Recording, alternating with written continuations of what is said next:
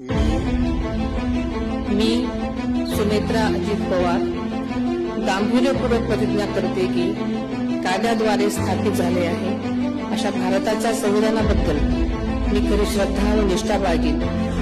मी भारताची सार्वभौमता व एकात्मता उन्नत राखीन.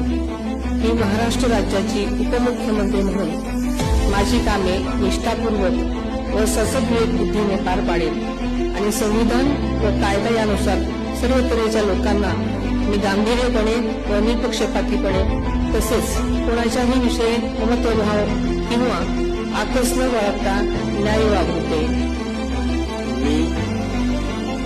मी सुनेत्रा अजित पवार गांभीर्यपूर्वक प्रतिज्ञा करते की महाराष्ट्र राज्याची उपमुख्यमंत्री म्हणून माझ्या विचारार्थ आणली जाईल किंवा मला ज्ञात होईल अशी कोणतीही बाब